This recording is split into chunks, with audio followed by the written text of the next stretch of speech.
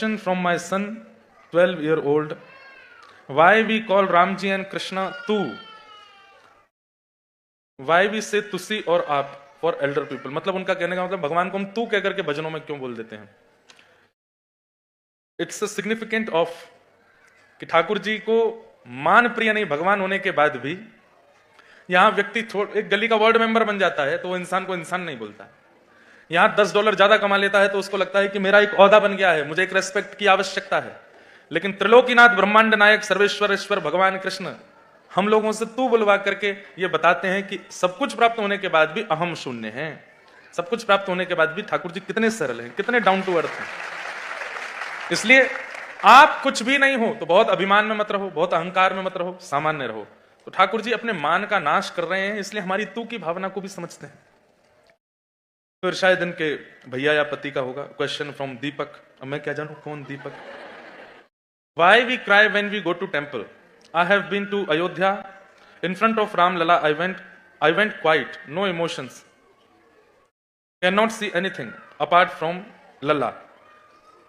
अब इसमें दो बातें हैं। अभिमान में मत आना बात सुन के, पर आपका चित्त बहुत प्योर है इसलिए ऐसा हुआ है। आपके चित्त में ये बहुत बढ़िया सिम्फनी चल रही है बीच कथा में, इसको थोड़ा सा शांत कर लो, हल्का सा वॉल्यूम कम हो सके तो देख लो। जिनका भी ऑर्गन बज रहा है थोड़ा सा उसको बाहर ले जाकर के थोड़ी थपथपी लगाए।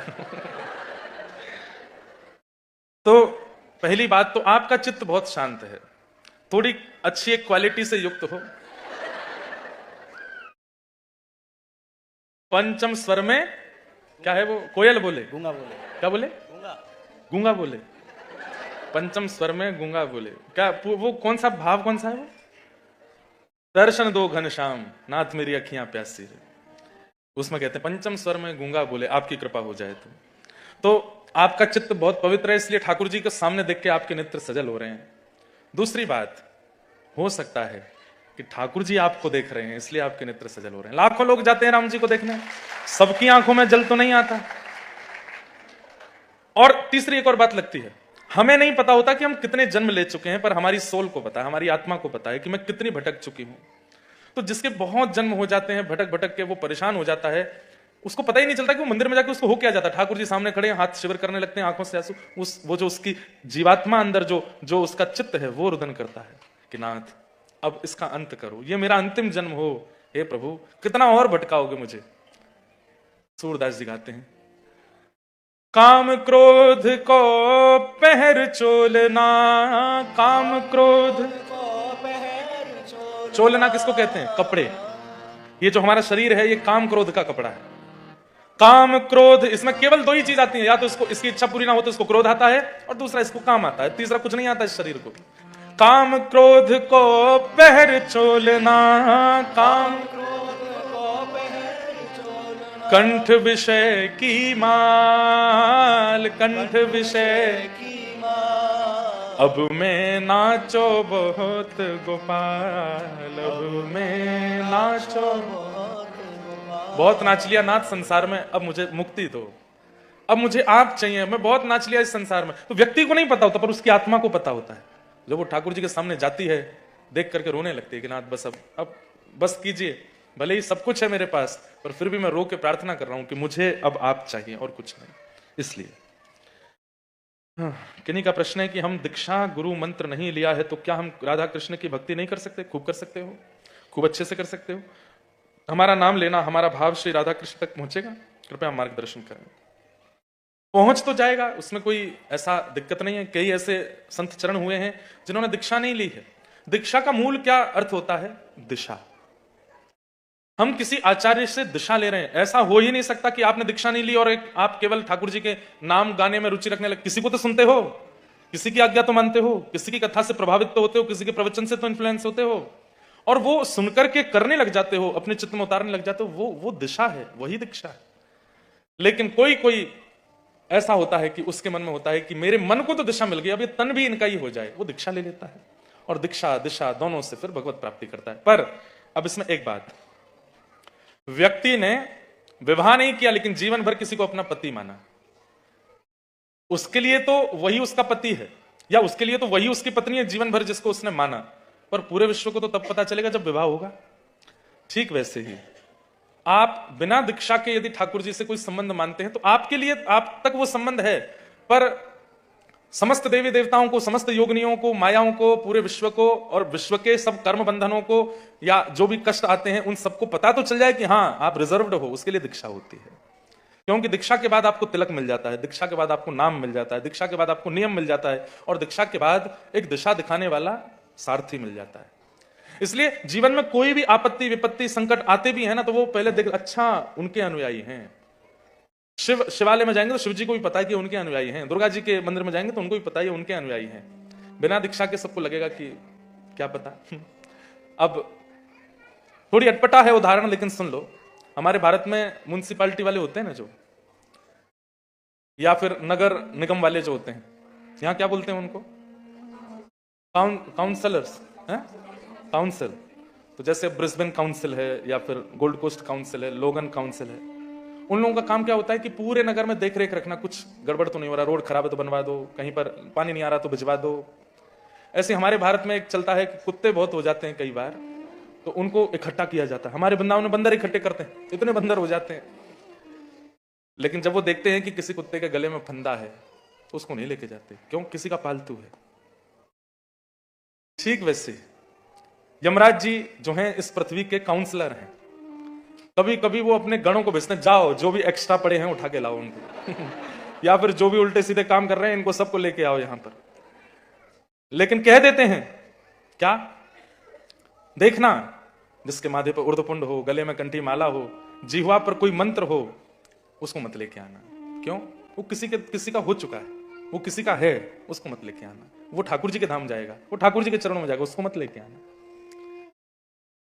जिह्वान भक्ति भगवत गुणनाम धेयम चेतश्च न स्मरति तच्चरणारविंदम कृष्णाय नो नमति यत्सिर एकदापि। ये तीन लक्षण जिसमें ना हो उसको लेके आना यहां पर। पहला, जिह्वान भक्ति भगवत गुणनाम धेयम, ठाकुर जी का गुणानुवाद नहीं गाता हो, कोई मंत्र उसके जीव को ना मिला हो, नाम मंत्र ना मिला हो और नाम ना गाता हो। चेतश्च न स्मरति तच्चरणारविंदम, जिसका चित्त गुरु गोविंद के चरणों का स्मरण ना करता हो। और कृष्णाय नो नमति यत्सिर एकदापि, जिसका सिर ठाकुर जी के चरणों में ना झुकता हो या फिर जिसके सिर पर ठाकुर जी का तिलक अंकित ना हो, उसको लेकर के आना। तो इसलिए गुरु दीक्षा आवश्यक भी है। पर पानी पियो छान के, गुरु बनाओ जान के। गली गली में गुरु फिरे, हमसे दीक्षा लियो, स्वर्ग जाओ चाहे नरक में, हमें बस लिफाफा दो इसलिए थोड़ा ध्यान रखो। अच्छा, गुरु किसको बनाना चाहिए? प्रभावशाली को नहीं, स्वभावशाली, जिसकी वाणी, जिसकी उपस्थिति, जिसका मुख, जिनके वाक्य मेरे हृदय को झकझोर देते हों, मुझे सुधारने पर मजबूर कर देते हों, मेरे नेत्रों को सजल कर देते हों, वो मेरे गुरु हैं। जो मुझे कृष्ण के और समीप ले जाते हों, वो मेरे गुरु हैं। ऐसे दीक्षा लो। कलयुग में भगवान की कृपा प्राप्त करने का सबसे सरल एवं सबके लिए संभव मार्ग क्या है? भागवत जी में कहते हैं, क्या कहते हैं बताता हूं, नहीं प्रमाण कभी कभी याद नहीं आते श्लोक। श्रेयसाम यद भवेत् श्रेय पावनानां च पावनम कृष्ण प्राप्ति करम सस्वत साधनम तद्वदाधुना। श्रेष्ठ से श्रेष्ठ हरि प्राप्ति का साधन हमें बताओ। तब इसके उत्तर में श्री सूत जी महाराज कहते हैं कि काल व्याल मुखग्रास त्रास निर्णास हेतवे श्रीमद् भागवतम शास्त्रम कलौ कीरेण भाषितम। श्रीमद् भागवत शास्त्र का श्रवण करो।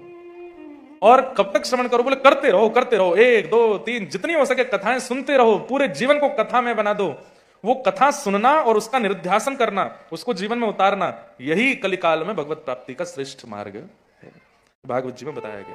कई लोग सुनते हैं पर उतारते नहीं, पालन नहीं करते, तो फिर काम नहीं बनेगा। आप हर बार जाते हो और डॉक्टर से जाके प्रिस्क्रिप्शन लिखवा लाते हो, ना वो दवाई खाते ना परहेज करते, कैसे ठीक हो गए? भाई डॉक्टर ने पर्चा लिखा है, डॉक्टर ने दवाई बताई है, नियम बताए हैं, परहेज बताया, तो फॉलो करो ना, तभी तो रोग ठीक होगा। ऐसे ही व्यास रूपी डॉक्टर बैठ के बता रहा है भवरोग को दूर करने के तरीके, आप केवल सुन के चले जाते हो, करते नहीं हो, तो फिर कैसे दूर होगा? करो। और क्या है, अगर मैं कभी मौन रखती हूं तो फिर भी बोलने की बहुत इच्छा होती है। यह बोलने की इच्छा कैसे खत्म है? हमारे ब्रज में एक बाबा है, वो 6 महीना मौन रहते हैं, और 6 महीना मौन रहते हैं तो एक लेटर पैड पास में रखते हैं। जैसे ही कोई आता उसको लिख के दे देते हैं। एक बार मैं उनके पास बैठा था, तो कोई उनका सेवक बहुत गलतियां कर रहा था, क्रोध में आगे मौन चल रहा था, पर्चा उठाया, उसमें गालियां लिखी उन्होंने बाकायदा, और गाली लिख के बोले तो मौन का मतलब क्या है? मनन करो, मन में बोलो मत, सोचो मत। करना भी ये मौन नहीं होता। मौन का मतलब पूर्ण साइलेंट रहिए, केवल ठाकुर जी। मौन किस लिए रहा जाता है? कि हम ठाकुर जी का स्मरण कर रहे हैं शांत रह करके, इसलिए मौन रहना। ये मौन कोई नियम में नहीं होता कि ठीक है मौन बैठे हैं लेकिन हंस भी रहे हैं, ठिठोले भी कर रहे हैं, व्हाट्सएप पे ये मैसेज भी कर रहे हैं, इंस्टाग्राम भी चला रहे हैं, फेसबुक पे। मौन किस लिए होता है? कि एकांत में रह के थोड़ी देर ठाकुर जी का मनन करो, इसलिए मौन। आपकी बोलने की इच्छा इसलिए हो रही है क्योंकि आप ठाकुर जी का स्मरण नहीं कर रहे हो। फिर किन्हीं का भाव है, भीतर से मैं का भाव कैसे जाए? अहंकार। कृष्ण की प्राप्ति, कृष्ण के प्रति आस्था बहुत है, किंतु मैं के भाव के कारण अब मन बुद्धि प्रमाण मांग रहा है। अब भाई ये मैं तो कथा से हटेगा। और दूसरी बात, मैं हटाने का दूसरा तरीका बताएं। जो दिखे सामने सबको प्रणाम करो। जब झुकना शुरू कर दोगे अपने आप मैं निकलने लगेगा। झुकते नहीं है इसलिए मैं नहीं जाता चित्त से। अहंकारी व्यक्ति कौन? जो बचपन में स्कूल, अब जो यहां पढ़े लिखे उनको तो नहीं पता होगा, जो भारत में पढ़े हैं 6th-7th क्लास में लगभग सबने संस्कृत पढ़ी होती है, या किसी ने 9th में पढ़ी होती है। और एक श्लोक वहां हमको स्कूल में पढ़ाया गया था, नमंती फलिनो वृक्षा नमंती गुणिनो जना शुष्क काष्ठानि मूर्खाश्च ना नमंती कदाचन। कि फलित वृक्ष जो होता है वो सदा झुका रहता है, और जिस वृक्ष में फल नहीं लगते वो सीधा खड़ा रहता है। ऐसे ही जो गुणवान है, जो योग्य है, वो झुकना जानता है, और जो अवगुणों से युक्त है वो सीधा खड़ा रहता है। लेकिन याद रहे, तूफान जब आता है तो झुका हुआ वस्त्र बचे, झुका हुआ पेड़ बच जाता है, और सीधा खड़ा पेड़ सीधा ही गिरता है। इसलिए झुकना शुरू करो, दीन बनना शुरू करो। अब ऑस्ट्रेलिया में कहां झुकोगे? सबके आगे कैसे झुकोगे? इसलिए कम से कम जिसके सिर पर उर्धपुंड दिखे, कंठे, अब ये भी तो नहीं दिखेगी यहां पे। अब वो आपके ऊपर है, कैसे झुकोगे? झुको। झुकने से ही मैं जाएगा चित्त से। दीन बनो। और भाई देखो, अभिमान किस बात का कर रहे हो? किस बात का अभिमान कर रहे हो? शरीर का अभिमान है तो चलो आज अपने शरीर को एक आज्ञा करो, आप सब लोग, हे मेरे शरीर सुन, मैं खूब घी भी खाऊंगा, मैं रसगुल्ला भी खाऊंगा, गुलाब जामुन भी खाऊंगा, मैं यहां वो मीठे क्या मिलते हैं बच्चे खाते, डोनट्स भी खाऊंगा, मैं चॉकलेट भी खाऊंगा, मैं सब मीठा मीठा खाऊंगा। खबरदार, तुझे ऑस्ट्रेलिया लेके आया मैं, यहां लाके घर में बसाया मैंने, तेरे को नहलाता हूं धुलाता हूं, बढ़िया वाला फेस वॉश बॉडी वॉश और पूरा लोशन लगा के तेरे को तैयार रखता हूं, मेरी नहीं मानेगा? शुगर मत होने देना, खूब खाऊंगा मैं। शरीर मानेगा? नहीं मान सकता। शरीर को कह दो ना जिम जाऊंगा, ना एक्सरसाइज करूंगा, ना मॉर्निंग वॉक करूंगा, कुछ भी नहीं करूंगा, धुआंधार खाऊंगा, खबरदार तू मोटा हुआ तो मानेगा? नहीं मानेगा। अरे चलो ये तो आप इसमें ये भी कह सकते हो, महाराज जी मैं खा रहा हूं इसीलिए तो हो रहा है। ठीक है, खाने की भावना को छोड़ो, शरीर को आज एक आज्ञा दे दो, बोले क्या? खबरदार, अब तू बूढ़ा नहीं होना, तो ऐसे ही रहे। अभी तो सुंदर दिखता है, बढ़िया तेरी जुल्फे हैं, ऐसे ही बना रहे, कभी तेरे बाल सफेद नहीं होने चाहिए। तू बूढ़ा हुआ तो देख लेना, मैंने तेरी कितनी सेवा की, आज तू 28 साल का हो गया, कितना तेरे को सजा धजा के रखा मैंने, अब नहीं करना। मानेगा शरीर? नहीं मानेगा। जो शरीर आपके कंट्रोल में नहीं है उस पर अभिमान कैसा? जो आपके वश में ही नहीं है उस पर हम क्यों? ये आपकी नहीं मानता, बल्कि आप इसके गुलाम हैं। ये कहता है कि भोजन कराओ तो कराना पड़ेगा, ये कहता है सुलाओ तो सुलाना पड़ेगा, ये कहता है निलाओ तो निलाना पड़ेगा, प्यास लगी पिलाओ तो पिलाना पड़ेगा। और बल्कि ये तो इतना ज्यादा आपके ऊपर अपना रौब जमाता है, इसकी इच्छा पूरी ना करो तो आपको मार भी सकता है। तो ऐसे शरीर का अभिमान क्यों? कोई आप पर रौब चलावे, आप उस पर अभिमान करते हो? नहीं। तानपुरा कहीं अलग स्वर में है कि अब किया है, अच्छा, तो अभिमान क्यों? अब बाकी सब प्रश्नों को जय सिया राम, कथा में चलते हैं। एक बहन का एक भाव ऐसा भी था कि मैं कृष्ण को प्रियतम मानती हूं, क्या इसमें दोष है? नहीं, बिल्कुल दोष नहीं है। प्रियतम मानने में दोष नहीं है, पर संसार में जैसा प्रेम करते हैं हम, एक प्रेमिका एक प्रेमी से प्रेम करती है, वैसी प्रीति ठाकुर जी से नहीं हो सकती। यहां शरीर का भाव नहीं रख सकते आप, इच्छाओं का भाव नहीं रख सकते आप। ठाकुर जी तो निष्काम प्रेम होता है, तो उस भावना को आप धारण करो, प्रेम तो कर सकते हैं, उसमें कोई दोष नहीं है। तो कल चंद्रहास, भक्त चंद्रहास जी का चरित्र हम सुन रहे हैं। कौन सुना रहे हैं? नारद जी सुना रहे हैं। और कौन सुन रहा है? अर्जुन और श्री द्वारिकाधीश बैठ करके चंद्रहास जी का चरित्र सुन रहे हैं। कल हम लोगों ने श्रवण किया कि चंद्रहास जी को एक दूसरे नगर के राजा ने गोद ले लिया और उनको अपना उत्तराधिकारी राजकुमार बना दिया। सब लोग ध्यान से देखें और ध्यान से सुने। जो नए आए हैं बिल्कुल चुपचाप रहना, हाँ, कहीं सिर के ऊपर से बात निकले, पता चली एक दूसरे से बातें कर, नहीं। जो नए आए हैं वो भी ध्यान से सुनो और सब लोग इधर देख करके श्रवण कीजिए। नए नगर के राजा बन गए हैं कौन? चंद्रहास, राजकुमार। राजा ने चंद्रहास जी को पढ़ने के लिए भेजा। उचित गुरुकुल में पढ़ करके आए, खूब विद्वान होकर के आए। इतने सुंदर हैं चंद्रहास जी की पूरी नगरी इनको देखने के लिए लालायित रहती है कि हमारे राजकुमार कितने सुंदर हैं। 1-1.5-2 वर्ष निकल गए। चंद्रहास जी का बढ़िया प्रेम से लालन पालन चल रहा था। नए अब चंद्रहास जी थोड़े कुमार अवस्था, युवावस्था के हो गए हैं। पहले क्या होता था कि एक बड़ा राज्य होता था और उस बड़े राज्य के नीचे 5-10 छोटे छोटे राज्य होते थे। तो बड़ा राज्य था कुंतलपुर, और जिस राज्य के अभी ये राजकुमार बने हैं वो छोटा राज्य था।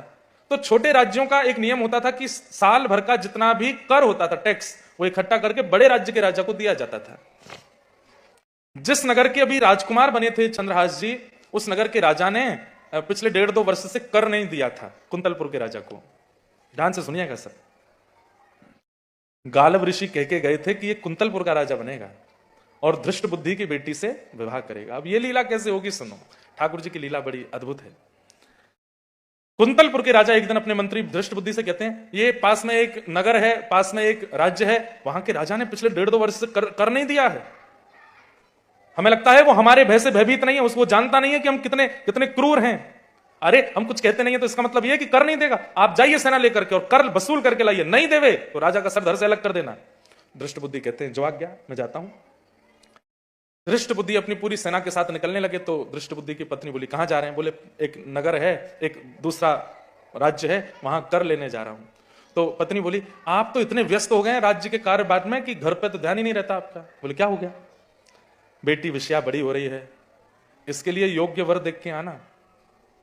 धृष्ट बुद्धि बोले, उसका तो मैंने काम तमाम करवा दिया सैनिकों से, जिसकी गालव ऋषि बोल के गए थे। हाँ अब सही है, अब लाली भी बड़ी हो रही है, मैं जाता हूं उस राज्य में, कर भी लेके आऊंगा और देख के भी आऊंगा। लाली के लिए अगर कोई योग्य वर मिलेगा तो मैं उसको देख के भी आऊंगा।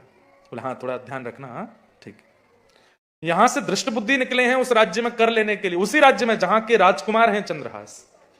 यहां राजा चंद्रहास जी से कहता है, बेटा अब थोड़ा कार्यभार भी देखना है, राजपाट भी देखना है। मुझे रात को याद आया कि हमने 2 वर्ष से कर नहीं दिया है कुंतलपुर के राजा को। तो मेरा ऐसा मानना है कि तुम्हारा राज्याभिषेक, तुमको पट्टाभिषेक हुआ, पट्टाभिषेक होता है मतलब उत्तराधिकारी, तुम्हारे पट्टाभिषेक में भी हमने उनको निमंत्रण नहीं दिया। मुझे लगता है कहीं बड़े नगर के राजा, कुंतलपुर के राजा कहीं नाराज ना हो जाए हमसे। तो एक काम करते हैं, 2 वर्ष का कर और उसमें थोड़ा सा और मिला के 3 वर्ष का कर लेकर के मैं और तुम दोनों चलते हैं और राजा को कर दे देंगे, क्षमा मांग लेंगे और तुम्हारा परिचय भी करा दूंगा, दे मेरा राजकुमार है, क्योंकि मेरे बालक नहीं है तो अनाथ एक बालक को मैं अपना राजकुमार बना रहा हूं। चंद्रहास जी बोले ठीक है पिताजी चलो। इतने में ही गाजे बाजे बजने लगे और जोर से हल्ला होने लगा। बोले क्या हुआ? बोले कुंतलपुर के महामंत्री धृष्ट बुद्धि आए हैं। राजा ने उनका स्वागत किया। धृष्ट बुद्धि नाक चढ़ा करके आए थे। बोले हे राजन, 2 वर्ष हो गए तुमने कर नहीं दिया, राजा बहुत नाराज हो रहे हैं, कर देना है कि नहीं? नहीं नहीं महाराज जी, थोड़ी सी हमसे भूल हो गई और मैं तो आप तो जानते मेरी कोई संतान नहीं, एक अनाथ बालक को गोद लिया, उसके लालन पालन में और खुशी में हम इतने व्यस्त हो गए कि कर नहीं दे पाए। मैं आ ही रहा था, सारी तैयारी हो गई है, 2 वर्ष का कर और हम अपनी तरफ से उपहार रूप में 1 वर्ष और मिला करके 3 वर्ष का कर टैक्स जमा करने आ रहे थे। मेरे उत्तराधिकारी के साथ में आने वाला था। अच्छा तुमने उत्तराधिकारी भी चुन लिया और राजा को निमंत्रण तक नहीं दिया? बोले महाराज जी सब क्षमा, मुझे बस क्षमा कर दें, इतना जल्दी सब हुआ कि मैं भूल गया, मैं अपने उत्तराधिकारी से आपको मिलाऊं। उत्तराधिकारी कौन? चंद्रहास। बोला आओ बेटा। चंद्रहास जी जैसे ही सामने आए, धृष्ट बुद्धि ने देखा, देख करके बोले इसकी तो शक्ल देखी देखी सी लग रही है, इसकी आंख, इसकी नाक, इसकी सब, ये तो सब आदि। और धृष्ट बुद्धि को देख करके चंद्रहास भी मंद मंद मुस्कान, वो तो जानते ही थे कि ये कौन है। धृष्ट बुद्धि बोले ये बालक मैंने पहले देखा है, शायद कहीं तो देखा है। इतने में ही चंद्रहास जी प्रणाम करके बोले मैं चंद्रहास। धृष्ट बुद्धि तुरंत पूरी दिमाग में पूरी रील घूम गई पीछे। बोले वो कहां है सैनिक? उनको मैंने भेजा था इसको मारने के लिए, वो तो उंगली भी लेके आए थे मेरे पास। अच्छा बेटा जरा अपने चरण दिखाना। चंद्रहास जी ने जैसी पैर दिखाए तो एक अन्य उंगली थी नहीं। ये कैसे कटी? बोले एक बार जंगल में बस कट गई थी। धृष्ट बुद्धि तो अपने हाथ पैर मोड़ने लगा। बोले कि उन सैनिकों को छोड़ूंगा नहीं, वापस लौट करके जाऊंगा, 4-5 को सूली पर चढ़ाऊंगा, फिर बच गया। दृष्टबुद्धि बोले, बहुत अच्छा है तुमने अपना उत्तराधिकारी चुना, लेकिन तुमसे एक नहीं, दो नहीं, अब अनेक गलतियां हो गई हैं राजा, अब तुमको बड़े कुंतलपुर के राजा तुमको छोड़ेंगे नहीं। बोले क्या हो गया? अरे तुमने इसका पट्टाभिषेक कर दिया और कुंतलपुर के राजा को भी नहीं बुलाया। बोले महाराज आप बचा लीजिए, हम आपको भी थोड़ा सा अलग से कर दे देंगे, कुछ करिए ना आप। तो दृष्टबुद्धि कहते हैं अब एक काम होगा। बोले क्या? मैं यहां कर गिनवाने में रखता हूं, बाकी इसमें विलंब नहीं करना है, इसको आज ही कुंतलपुर भेजो। मैं एक पत्र लिख देता हूं और पत्र में अपने बेटे के नाम लिखूंगा। मेरे बेटे का नाम कल मैंने माधव बताया था, पर उनके बेटे का नाम मदन था। मदन के नाम एक पत्र लिख देता हूं। और सब लोग इधर देखो, ध्यान से सुनो, इधर देखो, यहां देखो। मदन के नाम एक पत्र लिख देता हूं और चंद्रहास तुम सीधे कुंतलपुर जाना, मेरे पुत्र मदन से मिलना। मैं पत्र में लिख दूंगा, वो बात संभाल करके तुमको राजा के पास ले जाके तुम्हारा परिचय करा देंगे कि ये दूसरे नगर का राजकुमार है, तो सब ठीक हो जाएगा। बोले ठीक है। अब धृष्टबुद्धि ने पत्र लिखा, प्रिय पुत्र, अब कम शब्दों में लिखना है। मदन, संस्कृत में लिखा था और उसमें लिख दिया, मदन ये जो पत्र लेकर के तुम्हारे सामने खड़ा है, ये तुम्हारा घोर शत्रु है। बिना मेरी प्रतीक्षा करे, बिना मेरी आज्ञा माने, बिना मेरे आने का इंतजार किए इसको तुरंत विष दे देना। आज्ञा, तुम्हारा पिता दृष्टबुद्धि। और पत्र बना करके उस पर सील लगा करके ऊपर जो मोहर होती है वो लगा करके पूरा उसको बंद करके दे दिया।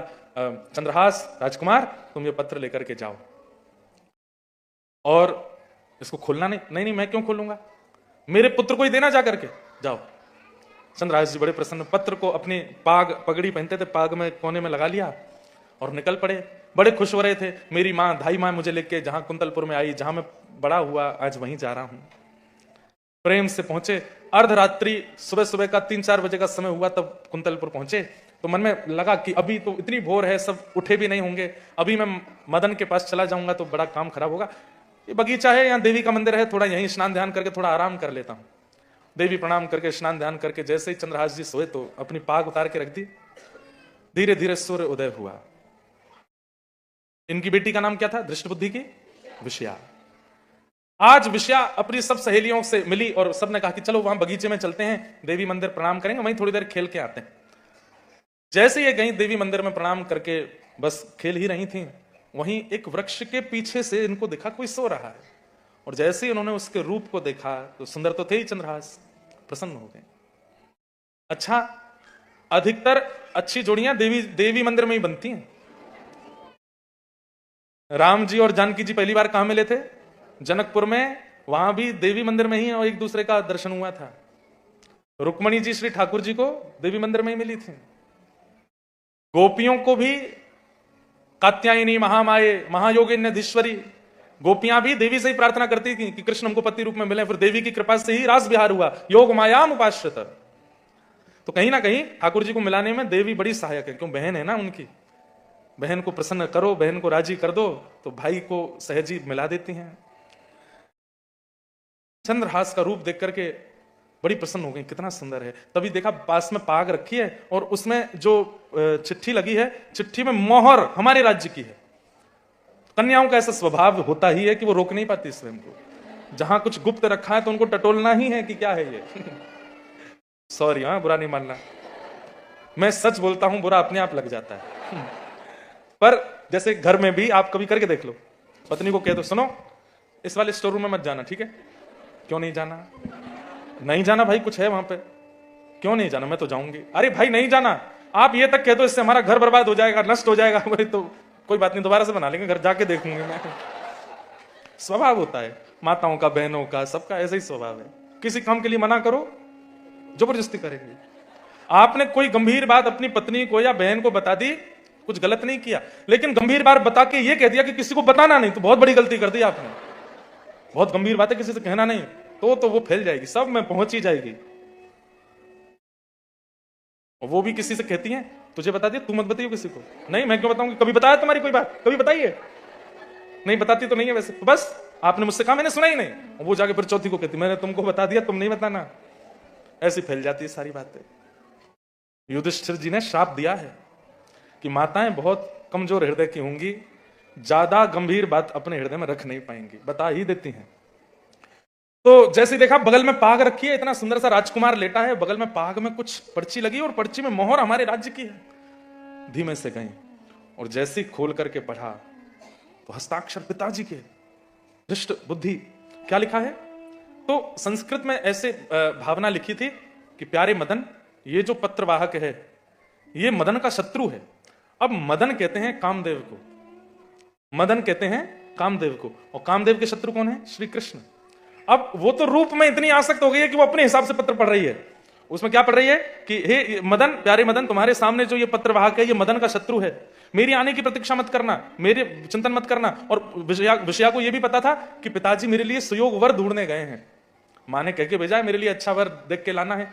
तो हो सकता है पिताजी लिखना चाह रहे हैं कि ये सामने पत्रवाहक जो है ये मदन यानी कामदेव का शत्रु कृष्ण के समान सुंदर है, मेरे आने की प्रतीक्षा मत करना, मेरे आने का विचार मत करना, मेरी आज्ञा की इच्छा मत रखना, इसको तुरंत विष दे देना।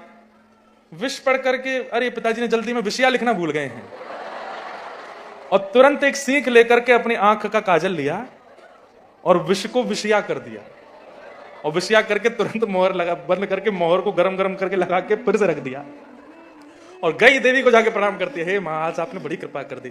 तुरंत अपनी सहेली से कहती चलो चलो चलो सुनो, अच्छे अच्छे वस्त्र पहन लेना घर जाके। क्यों? कुछ होगा आज। क्या होगा? बोले कुछ होगा, बस पहन लो। सब चली गई। वो भी लौट करके अपने घर आई, अपने भैया को, मदन भैया कहाँ हो? मदन जी, क्या बात है, तैयार नहीं हो गया आप? क्यों तैयार होना? कोई मेहमान आ गया तो कोई खबर आ सकती है, पिताजी भी आ सकते हैं, हो जाओ। उसने मां को भी तैयार कर दिया, भैया को भी तैयार कर दिया, बढ़िया वाले वस्त्र, क्योंकि पता है कि ब्याह होने वाला है। यहां चंद्रहास जी उठे, उठ करके देखा, अपनी पाग वाग देखी, पाग पहनी, पर्चा को और भीतर डाला, घोड़े पर बैठे, पहुंचे मदन के पास, दृष्ट बुद्धि के घर पहुंचे। ठाकुर जी कैसे पूरी लीला रचा रहे हैं जरा देखिए आप। बस ये कथा सुनाने का मेरा एक ही उद्देश्य है कि आप ना बस ठाकुर जी के भरोसे छोड़ दो, अपनी मन बुद्धि से क्रियाएं करो, बाकी जो हो रहा है ठाकुर जी पर छोड़ो, सब मंगल करते हैं ठाकुर जी। चंद्रहास जी पहुंचे, द्वार से द्वारपाल गए, भीतर मदन को लेकर के आए, कोई मिलने आए हैं, आपके पिताजी ने भेजे हैं। बाहर आकर के देखा, आइए भैया कहां से आए? बोले कि मैं पास के राज्य का राजकुमार हूं। मदन बोले यार तुमको कहीं देखा है हमने? बोले कि मैं दासी पुत्र चंद्रहास। अरे ये क्या तुम्हारा रूप हो गया, राजकुमारों जैसी पोशाक पहनते हो? बोले कि वो पास के राजकुमार ने मुझे गोद ले लिया ना। बोला अच्छा अच्छा अच्छा, हाँ हाँ हाँ, आपके पिताजी आए वहां कर लेने? हाँ पिताजी वहां गए तो उन्होंने मुझे पत्र लेकर के भेजा है। अच्छा लाओ दिखाओ। प्यारे मदन, ये सामने जो पत्रवाहक खड़ा है ये मदन शत्रु है। अब संस्कृत में यह मदन शत्रु शब्द है, अब इसका अर्थ तब लगेगा जब पूरा वाक्य पढ़ लेंगे। तो ये मदन शत्रु है, मेरी आने की प्रतीक्षा मत करना, मेरी आज्ञा की प्रतीक्षा मत करना, बिना किसी को बताए, बिना किसी को पता चले इसको तुरंत विषया दे दो। जैसे ही देखा, अब अर्थ लगा, मदन शत्रु यानी कि मदन यानी कामदेव के शत्रु कृष्ण के समान ये सुंदर है।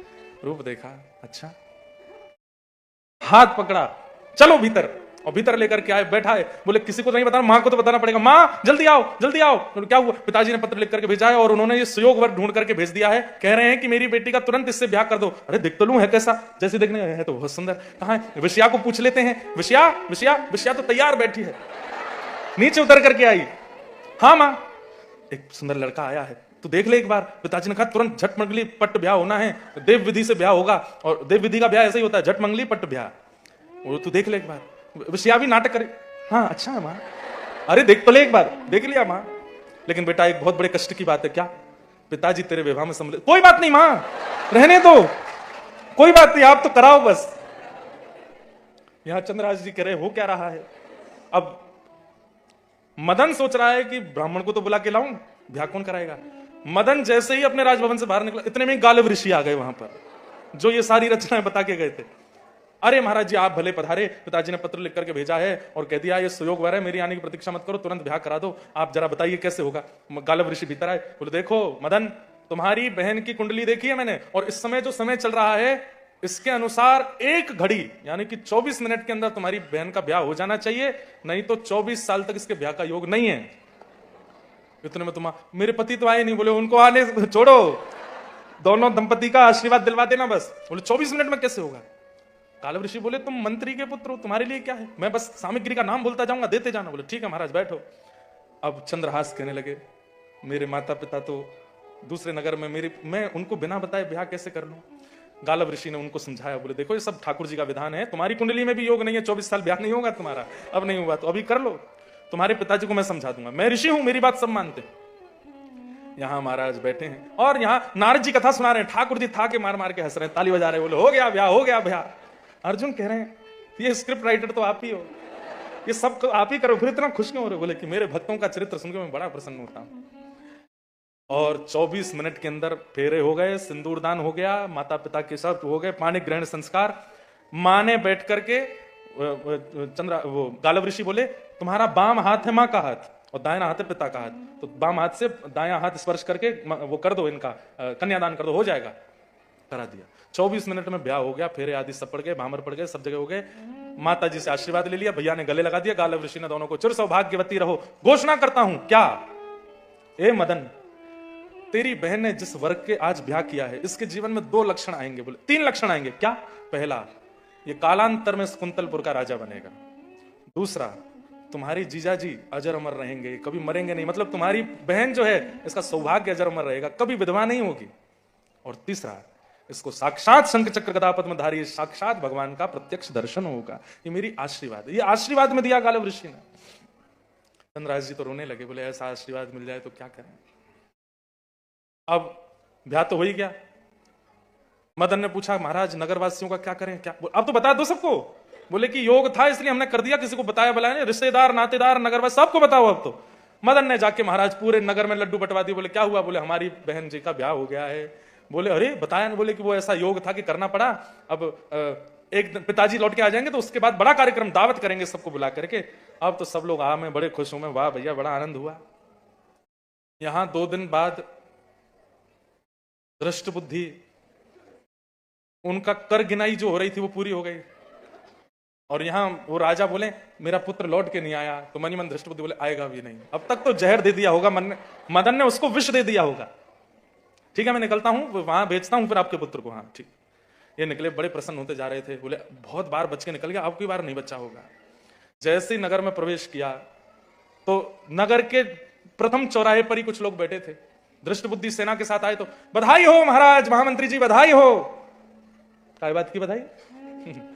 कितना सुंदर वर मिला है आपकी बेटी को, हम तो देखने गए थे कल। बिल्कुल ऐसा लगता है कि वृंदावन के गोपाल जी ही आ गए आपकी पुत्री का ब्याह करने। कितने सुंदर, क्या बोलते हो? हाँ ब्याह हो गया ना विषया का। कब? बोले वो हमको पता है, आपने पत्र में लिख के भेजा था, मेरी प्रतीक्षा मत करना। दृष्ट बुद्धि बोले ये क्या हो रहा है? दौड़े, गालव ऋषि भी घूम रहे थे वहीं पे। महाराज जी प्रणाम। सौभाग्यवती, जाओ। पहुंचे तो महाराज द्वार पर पत्नी खड़ी है, बगल में मदन खड़ा है, इस तरफ विषया खड़ी और विषया के बगल में चंद्रहास खड़े हैं। जैसे ही आकर के देखा चंद्रहास को, तुरंत मदन का हाथ पकड़ा। तूने पत्र नहीं पढ़ा था? पढ़ लिया था पिताजी, जैसा आपने कहा बिल्कुल वैसा किया। क्या कहा था मैंने? क्या कहा था मैंने? आपने ही तो कहा था पिताजी मेरी प्रतीक्षा मत करना, मेरे आने का वो मत करना, और मेरी विषया को इसको दे देना। हमने कर दिया ब्याह, गालव ऋषि पढ़ा करके गए, विषया का ब्याह हो गया। बोले हाँ पिताजी सब हो गया, फेरे हो गए, भामर पड़ गए, सिंदूरदान सब हो गया, हमारी बहन का ब्याह हो गया। देखिए ना कितनी प्यारी जीजा जी। दृष्ट बुद्धि देख रहे हैं। चंद्रहास जी बोले ससुर जी प्रणाम। दृष्ट बुद्धि तो बेहोश होकर गिर पड़ा। ये क्या हो गया? ये क्या से क्या हो गया? ठाकुर जी पर विश्वास और चित्त का धैर्य, ये 2 चीज यदि हमारे जीवन में हैं, आप देखिए भले ही कष्ट आएंगे जीवन में, लेकिन कितना खूबसूरत ठाकुर जी जीवन बना देते हैं। मैया हमारी बात सुन लो, आप मत बोलो, बैठ जाओ, सब लोग बैठ जाओ। चंद्रहास जी का ब्याह हो गया, किसके साथ? विषया के साथ। दृष्ट बुद्धि अपने कमरे में पड़ा है। मदन बेटा आया, पिताजी इतना अच्छा हो गया ना सब, आपने इतना अच्छा निर्णय लिया। कभी कभी मुझे लगता है मैं आप जैसा कब बन पाऊंगा। दृष्ट बुद्धि बोले बेटा बनेगा जरूर। लेकिन देखिए अभी भी उसके मन में ये चेतना नहीं जाग रही है कि ये इनकी रक्षा ठाकुर जी कर रहे हैं। क्योंकि बहुत भजन करते हैं चंद्रहास, अपनी पत्नी को भी बोल रहे हैं मेरे मां कृष्ण है, मेरे पिता कृष्ण है, मेरे जीवन कृष्ण है, मैं बस तुमसे एक ही चीज मांगना चाहता हूं। बोले क्या? मुझे उनका दर्शन करना है, तुम बस मेरा उसने साथ देना, और चाहे तुम जो कहोगी मैं सब करूंगा, बस मुझे उनका दर्शन करना है, मुझे उनको प्राप्त करना है।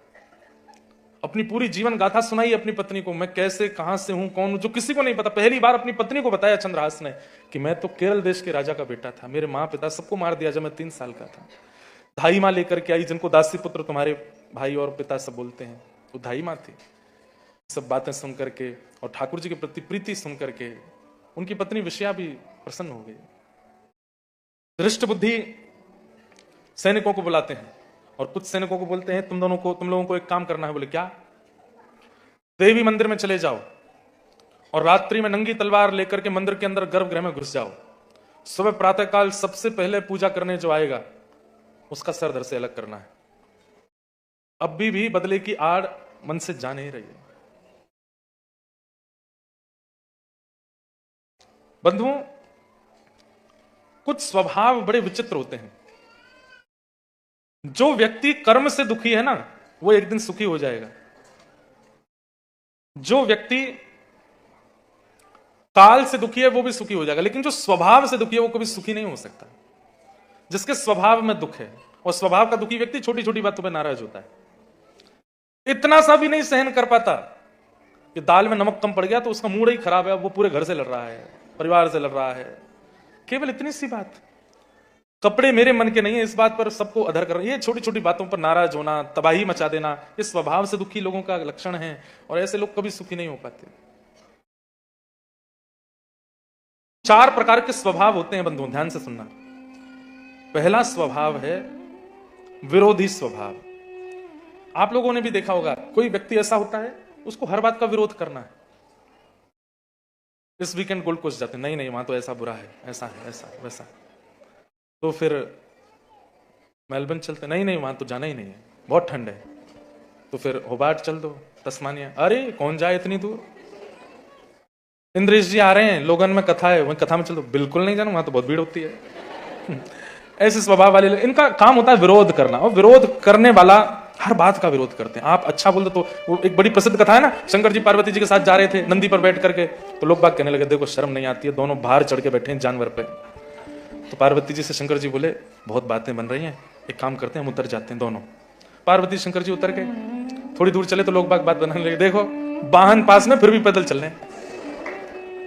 शंकर जी बोले बात बना रहे हैं लोग, एक काम करो तुम बैठ जाओ मैं पैदल चलता हूं। तो लोगों को लगा कम भार है, दोनों काम हो जाएंगे, फिर क्या बात बनाएंगे, तुम बैठ जाओ मैं पैदल चलता हूं। पार्वती जी बैठ गई, शंकर जी चल रहे हैं।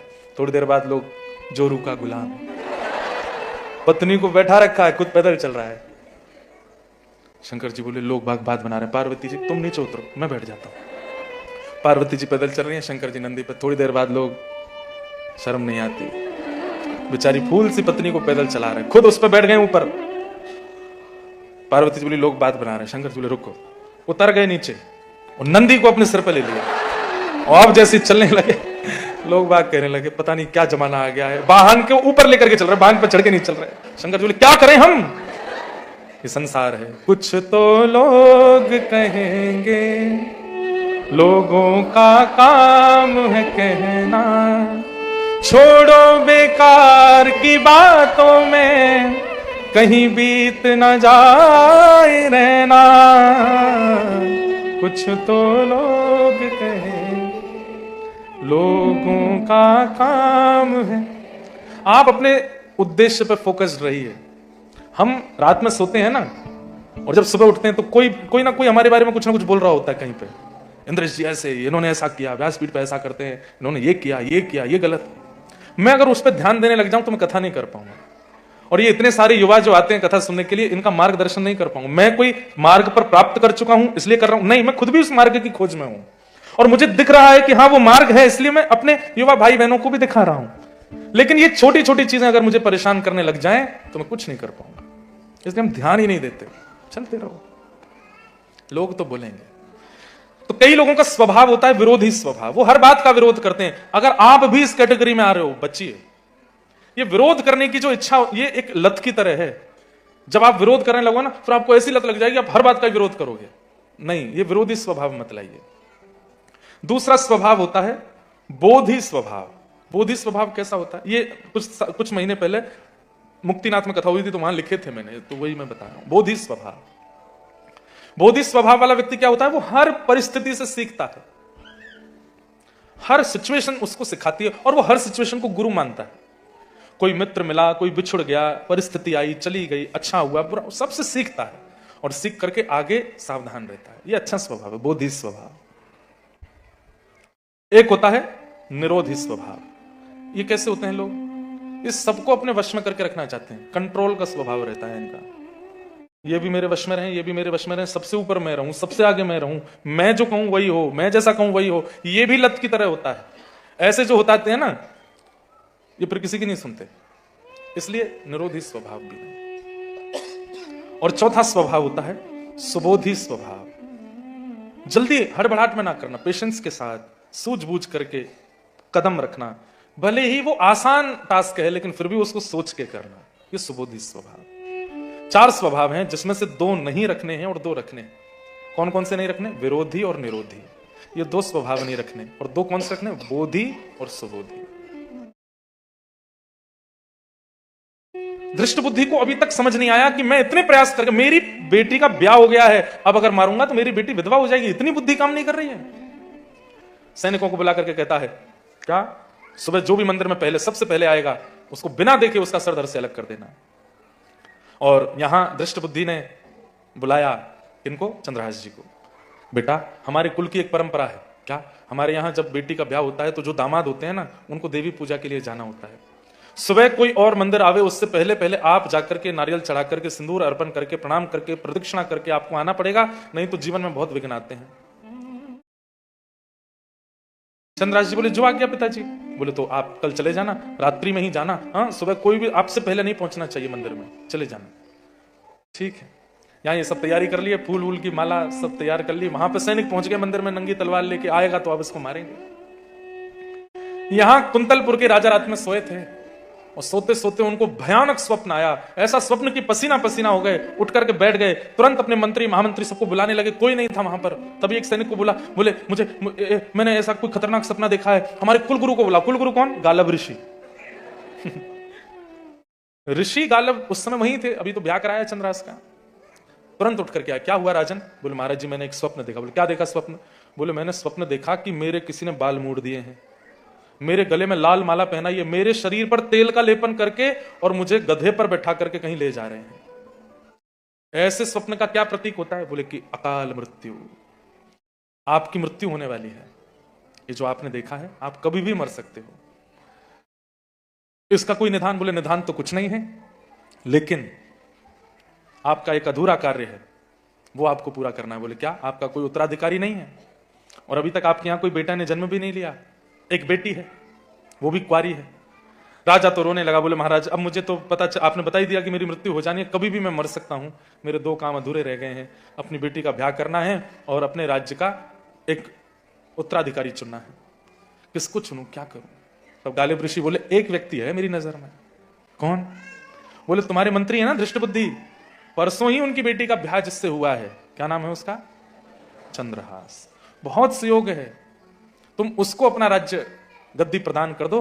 और प्राचीन काल में बहुपत्नी ब्याह होते थे, 1 2 3 ब्याह हो जाते थे, अपनी बेटी का ब्याह भी उसी से कर दो। दामाद को राजा बना दिया जाता है, जब पुत्र नहीं होता राजाओं के तो अपनी पुत्री के पति को ही वो अपना उत्तराधिकारी बना सकते हैं।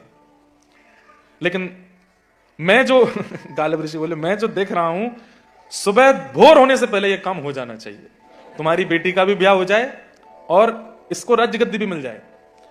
अच्छा, तुरंत महाराज अपने सैनिकों को बुलाया। बोले, कहां है ये दृष्ट बुद्धि के जो दामाद है? बोले, उनके घर पे ही है। बोले, तुरंत जाओ, उनको जैसी अवस्था में सो रहे हैं, नवे धोवे नहीं, वैसे उठा के लेके आओ। तो कहो राजा ने अभी बुलाया, और कोई नहीं आना चाहिए। गालिब ऋषि मना कर रहे हैं, दुनिया को नहीं पता चलना, सुबह यात्रा निकालेंगे, पूरी दुनिया को बता देंगे, नजर लग जाएगी, केवल उनको उठा लाओ। यहां पिताजी ने आज्ञा की थी कि सुबह ब्रह्म मुहूर्त में देवी पूजा करने जाना है। तो यहां चंद्रहास जी नहा धो के तैयार, नए कपड़े पहन करके थाल लेकर के निकल गए थे। और जैसे ही निकले, ये निकल चुके, तब सैनिक आए और सैनिकों ने आकर के दरवाजा खटखटाया। तो मदन ने द्वार खोला, दृष्ट बुद्धि के बेटे ने। बोले, तुम्हारे जीजाजी कहां हैं? राजा ने अभी इसी वक्त तत्क्षण उनको बुलाया है। बोले कि जीजाजी तो देवी पूजा करने के लिए गए हैं मंदिर। बोले, उनको रोको, उनको बोलो कि जाएं, पहले राजा से मिलें। मदन दौड़ा दौड़ा गया, जाकर के अपने जीजाजी को रोका। चंद्रहास जी को बोले कि आपको राजा ने बुलाया है। बोले, मैं चला जाता हूं, पहले देवी पूजा कर लूं। बोले, नहीं नहीं, राज्य कार्य है, वो कोई जरूरी काम है, उसके लिए वो बुला रहे हैं। राजा अर्धरात्रि में नींद छोड़ के बुला रहा है, महाराज आपको इसका पालन करना चाहिए। बोले मैं देवी पूजा करने नहीं जाऊंगा तो आपके कुल की परंपरा नष्ट होती है। बोले प्रतिनिधि वाला काम चल जाएगा, थाली मुझे दो, मैं जाता हूं, मैं जाके पूजा करके आता हूं ना। अरे आप नहीं, आप दौड़ के जाइए, राजा बुला रहे हैं, कोई जरूरी काम है, मैं आपकी जगह पूजा करने जाता हूं। क्या समझ में आया? आपने किसी पर कंकड़ फेंका है तो आपके ऊपर पत्थर गिरेगा, इसलिए ध्यान रखना। यहां ये तो चले गए राजभवन में और मदन पहुंचा है मंदिर में। जैसे ही पहुंचा, पहले ही आज्ञा की थी कि शक्ल सूरत मत देखना, सीधे सर धड़ से अलग। मदन के जाति सैनिकों ने तलवार से उसको छन्नी बना दिया, सर धड़ से अलग कर दिया, मार दिया। और यहां चंद्रहास जी पहुंचे राजा के यहां, जाकर के खड़े हैं, किम कर्तव्य विमूढ़, कुछ पता नहीं है। तुरंत इनके वस्त्र आदि हल्के करके इनको सफेद वस्त्र पहनाए, तुरंत राज्य गद्दी पर बैठा करके अभिषेक करने लगे। चंद्रहास जी बोले हो क्या रहा है? बोले तुम बैठे रहो चुपचाप। अभिषेक कर दिया। अभिषेक करके राजा कुंतलपुर के आए, अपने सर का मुकुट उतार करके चंद्रहास जी के सिर पर धारण करा दिया और राजा बना करके अपनी पुत्री का हाथ उनके हाथ में देकर कन्यादान कर दिया और दोनों को आशीर्वाद देकर के सौभाग्यवती भव, खूब आनंद रहो, ब्याह कर दिया, राजा बना दिया कुंतलपुर का। प्रातः काल का समय, दृष्ट बुद्धि अंगड़ाइयां ले रहे हैं, मर गया होगा, अब तो मंदिर में मरा पड़ा होगा। इतने में ही 2-4 सैनिक दौड़े दौड़े आए। दृष्ट बुद्धि ने कहा क्या बात है?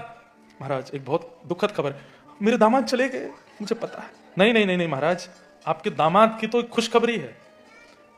हाँ, ऐसा कहा सैनिकों ने आके कि 2 खबरें हैं, एक दुखद है एक सुखद है, कौन सी पहले सुनाएं? तो समझ रहे थे, बोले दुखद खबर तो मुझे पता है, मेरा दामाद मर गया, पर ये सुखद खबर कौन सी है? तो इन्होंने पहले यही पूछा कि सुखद खबर कौन सी है, पहले वो बताओ। बोले सुखद खबर यह है कि रात्रि में राजा को स्वप्नादि पूरी बात बताई और उन्होंने आपके दामाद जी को बीच रास्ते से उठा करके ले जाकर रात्रि में ही राज्याभिषेक कर दिया, अपनी बेटी से ब्याह भी कर दिया। कुंतलपुर के नए राजा बन चुके हैं। कौन? चंद्रहास। दृष्ट बुद्धि बोले असंभव, हो ही नहीं सकता, दुखद खबर सुनाना जरा। बोले दुखद खबर यह है कि आपके बेटा मदन, उसकी हत्या हो गई। दृष्ट बुद्धि कह रहे ये कैसे हो सकता है? दौड़ करके जाके मंदिर में देखा तो मदन मरा पड़ा था। और तभी यहां सवारी निकली है, राजा ने पूरे नगर को इकट्ठा करके सवारी निकाली, गज पर बैठ करके चंद्रहास नए राजा हैं, ढोल नगाड़े पिटवा दिए। बोले रात्रि में ब्याह भी हो गया, राज्य तिलक भी हो गया, क्योंकि गालव ऋषि ने कहा था इससे बढ़िया संयोग नहीं बनेगा, मुहूर्त नहीं आएगा, सब हो गया। यहां पर सब लोग बड़े प्रसन्न थे। तभी किसी ने जाकर के चंद्रहास जी को बताया एक दुखद खबर हो गई। क्या? और हाँ, एक और हुई थी, मदन को मरा हुआ देख करके दृष्ट बुद्धि ने भी प्राण त्याग दिए, वो भी मर गए वहां जाकर के। तब इनको पता चला तो इन्होंने दौड़ करके गए, देखा कि साले साहब और ससुर जी दोनों मरे पड़े हैं। देवी के आगे हाथ जोड़ के रोने लगे। तो पुत्रो जाए क्वचित अपि कुमाता ना, माँ ये आपने क्या किया? ये पहले मेरी माँ को छीना, मेरे पिता को छीना, मेरे परिवार को छीना, मेरी धाई माँ को छीन लिया, अब मैं नए परिवार में प्रवेश कर गया तो मेरे ससुर मेरे साले को भी छीन लिया। उनकी सरलता पर इतने इतने प्यारे हैं कि मां प्रकट हो गई। प्रकट होकर के सच्चाई बताई। बोले कि आज तक तुम जितनी बार मरने की स्थिति में गए हो, यही लेके गया था दृष्ट बुद्धि। अपने कर्मों के फल से मरा है वो और उसका बेटा। और कई बार पिताओं के और पूर्वजों के कर्म बच्चों को सहने पड़ते हैं। दृष्ट बुद्धि का अपराध नहीं है, लेकिन उसके पिता ने इतने गलत कर्म किए, तुमको मारने के इतने प्रयास किए कि उसके कारण वही मर गया। इनके सुख की चिंता मत करो। सब याद दिलाया माने कि तुम्हारी उंगली कटी थी, वो भी इसने भेजे थे, तुमको यहां मरवाने का प्रयास किया, वहां मरवाने का प्रयास, सारे इसी नहीं किए थे। क्यों ना मरे वो? तब इतनी अच्छी बात कहते हैं। क्या कहते हैं? बोले कि मां, क्या ऐसा नहीं हो सकता कि किसी व्यक्ति को मारने से अच्छा उसके स्वभाव को मारा जाए, जो गंदा स्वभाव है उसको नष्ट किया जाए। आप तो देवी हैं, आप तो भद्रकाली हैं, आप तो सबके चित्त को परिवर्तित करने की क्षमता रखती हैं। जब दिख रहा है कि व्यक्ति विचित्र है, व्यक्ति का स्वभाव गलत है, व्यक्ति की विचारधाराएं गलत हैं, तो उस विचार को मारिए ना। उस व्यक्ति के प्राण क्यों ले रहे हैं? इतने प्रसन्न हो गई मैया। बोले क्या चाहिए? बोले बस मेरे इन दोनों, क्योंकि मेरी पत्नी के पिता हैं और उनके भाई, इनको जीवित कर दो, बस मुझे यही चाहिए। अगर आप मां हो तो इनको जीवित करो। कैसे देख सकती हो आप अपने नेत्रों के आगे एक निरपराधी को मरते हुए? अरे भली मेरे ससुर अपराधी, पर उनका बेटा तो अपराधी नहीं था ना। तभी दिव्य तेज प्रकट हुआ और दृष्ट बुद्धि और उनका पुत्र मदन दोनों जीवित हो गए। और जीवित होकर के जब देखा तो सामने चंद्रहास जी रो रहे हैं। दौड़ करके दृष्ट बुद्धि ने गले से लगाया, मैंने इतना क्रूर आपके लिए बना, इतना सब गलत किया, पर आपने कभी अपने इस सुंदर स्वभाव का त्याग नहीं किया, मुझे बहुत अच्छा लगा। अब कुंतलपुर के राजा चंद्रहास, 2 पत्नियां हैं इनकी और सब प्रेम से रहते हैं। इस प्रकार चंद्रहास जी का चरित्र सुनाया। अब चंद्रहास जी तब से ही प्रतीक्षा कर रहे थे कि मुझे उन कृष्ण का दर्शन करना है। गालव ऋषि को बुला के कहा, आपने मेरा पूरा जीवन बना दिया, सब कुछ कर दिया, अब मुझे ये बताओ, मुझे ठाकुर जी कब मिलेंगे? तब गालव ऋषि बोले, सुनो, क्या पांडवों का अश्वमेध यज्ञ चल रहा है और युधिष्ठिर जी ने अश्व छोड़ा है, और वो अश्व पूरी पृथ्वी का चक्कर लगा के जब कुंतलपुर में प्रवेश करेगा, तुम उन अश्वों को छुपा लेना। उससे क्या होगा? बोले, उन अश्वों की रक्षा कर रहा अर्जुन, भगवान कृष्ण का सखा। जब वो अर्जुन उन अश्वों को ढूंढता ढूंढता तुम्हारे पास आवे, तब अर्जुन के चरण पकड़ लेना। बोले, अश्व वापस कर दूंगा, मुझे युद्ध नहीं करना है, मैं अपने कुंतलपुर को पांडवों को सौंप दूंगा, आप अपने सखा कृष्ण का दर्शन कराओ। ये कथा नारद जी सुना रहे थे, सामने बैठ के अर्जुन सुन रहा था। तो अर्जुन, तुम्हारे जो घोड़े गए हैं वो इसलिए गए हैं क्योंकि चंद्रहास ठाकुर जी का दर्शन करना चाहते हैं। तुरंत अर्जुन नित्य सजल हो गए, पुकारने लगे, हे श्री भक्तराज चंद्रहास जी, मैं स्वयं द्वारिकाधीश के साथ यहां खड़ा हूं, आप कृपा करके आइए और ठाकुर जी का दर्शन करो। इतने में ही अश्वों को लेकर के चंद्रहास जी अपनी दोनों पत्नियों के साथ वहां आ गए और आकर के ठाकुर जी का दर्शन करके रुदन करने लगे, नेत्र सजल हो गए। भगवान ने दौड़ करके चंद्रहास को अपने हृदय से लगाया। चंद्रहास जी बोले, बस अब मैं पायो परम विश्राम, अब मेरे जीवन का बस अंत हो जाए। नाथ, तुम सामने हो मेरे, किस बात की कमी है? तुम सामने हो मेरे, किस बात की कमी है? भगवान ने कहा है कि चंद्रहास कुछ मांगो, मैं तुम्हारे धैर्य से बहुत प्रसन्न हूं, तुम्हारे विश्वास से बहुत प्रसन्न हूं। चंद्रहास जी कह रहे हैं, आप सामने खड़े नाथ, में और क्या मांग सकता हूं? किसी और वस्तु की अब दरकार भी नहीं है, किसी और वस्तु की अब दरकार भी नहीं है। तेरे साथ से गुलाम अब गुलफाम हो रहा है, तेरे साथ से गुलाम अब गुलफाम हो रहा है। अरे करते हो तुम कन्हैया, करते हो तुम कन्हैया, मेरा नाम हो रहा है, मेरा आपकी कृपा से सब काम हो रहा है, मेरा आपकी कृपा से सब काम हो रहा है। मैं क्या कर रहा हूं नाथ? आप मेरे सामने खड़े हैं, सब कुछ आपने किया, मैंने तो केवल आप पर भरोसा किया। चंद्रहास जी के चरित्र से 3 बात, वैसे तो सीखने योग्य बहुत बातें हैं, पर 3 बात बहुत विशेष। पहला, धैर्य, पेशेंस रखो लाइफ में। दूसरा, ठाकुर जी पर विश्वास करो। और तीसरा, संत आज्ञा का पालन। गालव ऋषि जो कह देते उसके ऊपर कुछ सोचा नहीं। संत वैष्णव रसिकों की वाणी को मानो, उस पर संशय मत करो, उस पर द्वितीय बुद्धि मत रखो कि ये होगा कि नहीं होगा, ये उचित है कि नहीं है। जो कह रहे हैं सब सत्य है, सब भगवत वाणी है। इस प्रकार से चंद्रहास जी, ठाकुर जी ने पूछा तो बस चंद्रहास जी बोले, अब अपने साथ ले चलो। ठाकुर जी उनको अपने संग लेकर के निकुंज में पहुंचे। अर्जुन बड़े प्रसन्न हो गए, अश्वों को लेकर के गए, जाकर के अश्वमेध यज्ञ कराया। और अर्जुन तो जैसे फैन मूवमेंट हो जाता है ना, फैन हो गए चंद्रहास जी के। इतने सुंदर चरित्र चंद्रहास जी का। बोलो भक्तराज श्री चंद्रहास जी महाराज की, भक्त वत्सल भगवान की। आनंद आयो? क्या बढ़िया चरित्र। बहुत दिन बाद चंद्रहास जी का ये मधुर चरित्र लोगन और ये गोल्ड कोस्ट ब्रिस्बेन वालों के सौभाग्य में था, यहाँ पर सुनाया, खूब आनंद आया। बस इसी प्रकार ठाकुर जी कृपा करते रहें। अब अगला सत्र सिडनी में होगा। आप लोगों को शायद पता चल गई होगी बात, नहीं पता चली तो सिडनी की कथा 17, 18, 19 होनी थी, पर अब 16, 17, 18 हो रही है। पहले फ्राइडे सैटरडे संडे होनी थी, अब थर्सडे फ्राइडे सैटरडे हो रही है। हमको लगा कि संडे को काय को बर्बाद करें, आप लोगों का आराम कीजिएगा, तो इसलिए अब थर्सडे फ्राइडे सैटरडे सिडनी की कथा 16, 17, 18 3 दिन होगी। वहां देखते हैं कौन सा चरित्र आएगा, उस चरित्र को सुनाएंगे, उस भाव को सुनाएंगे। हमारे मन तो बहुत सारे भाव गाने के होते हैं, पर कई बालक बेचारे रोते रहते हैं, वही सुनाओ।